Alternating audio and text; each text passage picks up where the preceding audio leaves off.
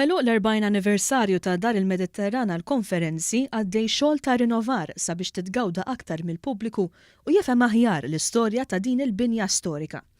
Il-binja inbniet fis-seklu 16 u kienet isservi bħala sptar tal-Ordni ta' San Ġwan.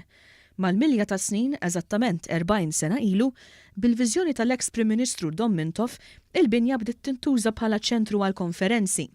Deskritta bħala vetrina ta' attivitajiet u ġojjel mill-isbaħ, il-binja laqat bosta avvenimenti lokali kif ukoll internazzjonali bħal Valletta Summit, darbtejn il-laqa ta' Xogem, il-ftuħ tal-Presidenza tal-Kunsill tal-Unjoni Ewropea, kif ukoll il-ftuħ ta' Valletta 2018, il-Kapitali Ewropea tal-Kultura. Konxju ta' din l-ikona storika fil-kapitali u b'investiment ta' 10 miljun euro, il-Gvern qed iwettaq xogħol ta' rinnovar li jinkludi mużew virtwali għall-pubbliku.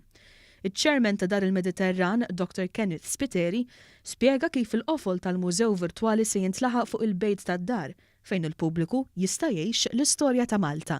Il-mużew virtwali ħajkollu diversi teknoloġiji moderni fosthom time windows fej wieħed jista' jitla' fuq il-bejt, jgħaddi minn ġodd it-time window ikun hemm isa frame u meta jħares ġod il-frame ikun jista' jittawwal lejn il-port il-kbir u jara l-istorja ta' 200-300 sena ilu x'kienet jiġri fil-port il-kbir. Pereżempju, jekk jgħaddi mill-port il-kbir ikun jista' jara il-Great Siege.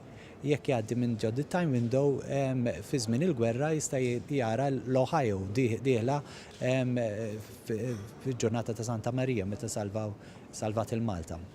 Il-proġett jaħseb ukoll biex il-bejt jinfetaħ għall-pubbliku għal attivitajiet fuq barra, bil-Maltin u turisti se jkunu jistgħu jgawdu veduta mill-isbaħ tal-Port il-Kbir. Ix-xogħol mistenni jkun lest f'Mejju li ġej. Fiż-żjara li għamilna f'Dar il-Mediterran tħallna f'waħda mis-swali magħrufa bħala Tank Room li qed tiġi restawrata biex tkun aċċessibbli għall-pubbliku. Il-Ministru għat-Turiżmu Konrad Mizzi ħabbar ukoll li għaddejjin studji sabiex jiġi rinnovat it-teatru ta' Dar il-Mediterran. Xogħol li se jitgawda minn bosta artisti meta f'Novembru u Diċembru se tittella prestazzjoni artistika ta' livell dinji li se tkun ibbażata f'Malta għal 6 ġimgħat.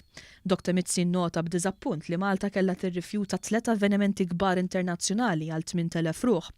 Qal li pajjiżna ma kellux fejn jospithom u għalhekk għaddej studju biex Malta jkollha ċentru li jkun jista' jilqa' dawn l-avvenimenti kbar.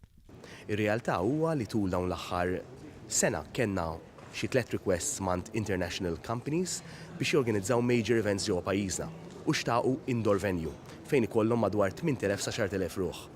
Dawn l-events ma stajniex nagħmluhom f'Malta x'm'għandniex convention center adekwat. Għar naħseb wasal iż-żmien li inħarsu bħala pajjiż u nistudjaw il-ħtieġa li jkollna multi-use purpose hall li jintuża bħala convention center, jintuża l-musical events u jintuża wkoll jekk hemm bżonn for filming u bħala soundstage ukoll. Bħalissa il-Ministru tat-Turiżmu qed jagħmel studju dwar dan. Intant iċ-ċelebrazzjonijiet ta' Dar il-Mediterran jilħqu l-qofol tagħhom is-sibt bi spettaklu mill-aqwa artisti lokali u internazzjonali. L-attività se tixxandar fuq it-televiżjoni.